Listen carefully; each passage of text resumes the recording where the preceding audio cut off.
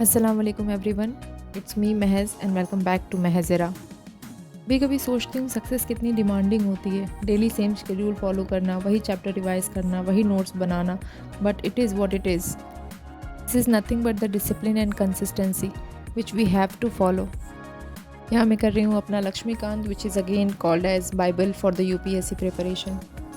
Are chapters in Laxmikanth which we have to revise regularly, otherwise हम भूल जाएंगे क्योंकि इसमें इतने ज़्यादा फैक्ट्स होते हैं। ये बुक देखने में तो बहुत बल्की है, लेकिन अगर आप इसके इंपॉर्टेंट चैप्टर्स आइडेंटिफाई कर लेते हैं तो ये काफ़ी सिंपल हो जाता है। उसी चैप्टर्स को आपको बार बार रिवाइज़ करना है और बार बार उसके फैक्ट्स जो हैं उसको मेमोराइज़ करना है।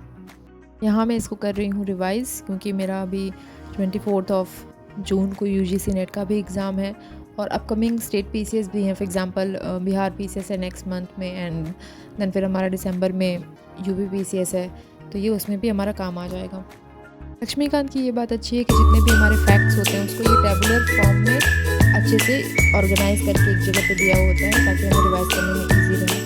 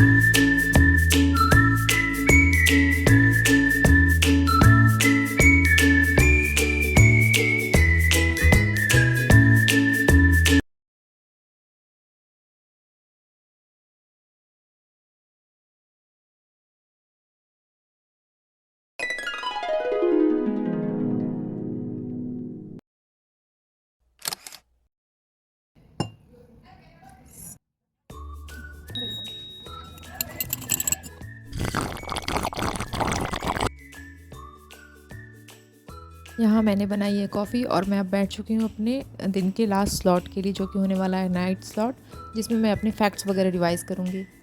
जितने भी वनडे एग्ज़ाम्स होते हैं इसमें फैक्चुअल क्वेश्चन ज़्यादा होते हैं, तो आपको फैक्ट्स को मगअप करना ही पड़ेगा एनी हाउ, और वो होगा मल्टीपल रिविजन से।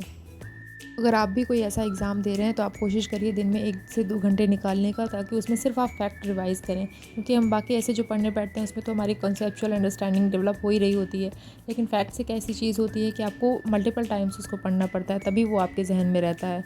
तो आप दिन का 1-2 घंटा अगर इस चीज़ के लिए निकाल देते हैं और डेली उस चीज़ को बार बार पढ़ते हैं तो आपकी एक पिक्चर वाली मेमोरी भी डेवलप हो जाती है, और आप डेली पढ़ते हैं तो आपको याद तो होता ही रहता है। इस तरीके से मैं अपने पूरे दिन को 2-3 स्लॉट्स में डिवाइड करके अपनी पढ़ाई करती हूँ, और रात में मेरा एक स्लॉट रिवीजन का डेफिनेटली होता है, जो कि अगेन आपको हेल्प करता है। वैसे तो मैं कंसिस्टेंट रहने की पूरी कोशिश कर रही हूँ, लेकिन लेट्स सी कितना हो पाता है। जितना मुझसे हो पा रहा है मैं डेफिनेटली कोशिश कर रही हूँ कि मैं कंसिस्टेंट रहूँ अपनी पढ़ाई में भी, एंड अगेन अपने वीडियोस के लिए भी। ये जो मेरा अपकमिंग एग्ज़ाम है इसके ख़त्म हो जाने के बाद मैं आपके साथ शेयर करूँगी 2026 में जितना भी अभी बचा हुआ है, 6 मंथ्स के आसपास बचा हुआ है, इसमें क्या मेरा रोड मैप रहने वाला है, किस किस चीज़ की कौन कौन से एग्ज़ाम को मैं टारगेट करने वाली हूँ, उससे रिलेटेड मैं आपको अपना फर्दर जो है वो बताऊँगी।